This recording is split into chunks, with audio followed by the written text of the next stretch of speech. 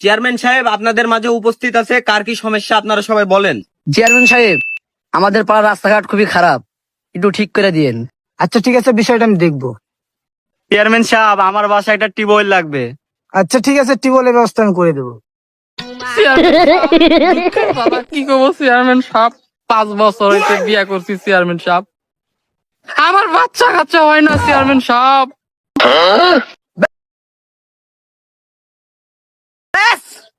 এটাও আমি দেখবো। চেয়ারম্যান সাহেব, কথাটা কিন্তু আপনি রং কইছেন, এখন পালান নাহলে জনগণ কিন্তু পিটবো। Oh my god.